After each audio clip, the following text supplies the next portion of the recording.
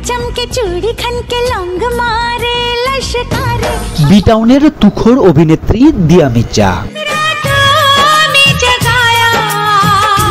সমসাময়িক সময়ে অভিনয় থেকে খানিকটা দূরে থাকলেও শীঘ্রই শোবিজ অঙ্গনে ফেরার কথা রয়েছে তার। ভিন্ন ধর্মের হলেও নামের শেষে মুসলিম পদবি ব্যবহার করেন এই অভিনেত্রী। জানা গেছে তার পেছনে আবেগঘন এক কারণও রয়েছে। Well, the mandate is simple. It has to be sustainable. Time of ইন্ডিয়ার এক সাক্ষাৎকারে এর কারণ জানিয়েছেন অভিনেত্রী। প্রতিবেদনে বলা হয় তার বাবা ছিলেন একজন জার্মানি আর্কিটেকচার, ধর্ম খ্রিস্টান, তার মা ছিলেন বাঙালি হিন্দু। দিয়ার বয়স যখন মাত্র 4 বছর তখন তার বাবা মায়ের বিচ্ছেদ হয়। তার বাবার পদবি ছিল হেনরিজ। দীর্ঘ সময় অবধি নিজের পদবি হেনরিজি ব্যবহার করতেন অভিনেত্রী। পুরনো দিনের কথা মনে করিয়ে দিয়ে দিয়া বলেন, আমার যখন 9 বছর তখন আমার বাবা মারা যান। আমি সবসময় তার পদবি হেনরিজ ব্যবহার করতাম। বাবার মৃত্যুর পর দ্বিতীয় বিয়ে করেন দিয়ার মা। দিয়ার সৎ বাবার নাম আহমেদ মির্জা। ছোটবেলা থেকেই দিয়াকে ভালোবাসায় জড়িয়ে রাখতেন তিনি।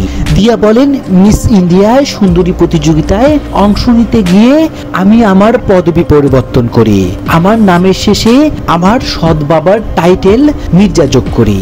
দিয়া জানান, বড় হচ্ছিলাম, বুঝতে পারলাম সৎ বাবা নন, উনি আমার নিজের বাবার চেয়েও কোনো অংশে কম নয়, এতটাই ভালোবাসতেন। তাই যখন মিস ইন্ডিয়ায় অংশ নিলাম নিজের ইচ্ছেতেই হেনরিজ পদবি সরিয়ে মির্জা পদবিকে আপন করে নিলাম।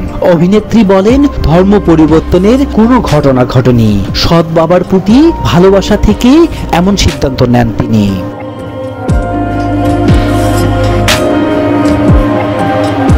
অভিনেত্রী দিয়া মির্জার বয়স যখন মাত্র 23 বছর তখন মারা যান আহমেদ মির্জাও। ভেঙে পড়েন অভিনেত্রী। তার কথায়, এক জীবনে দুইবার বাবা হারালাম, ভীষণ কষ্ট পেয়েছিলাম সে সময়।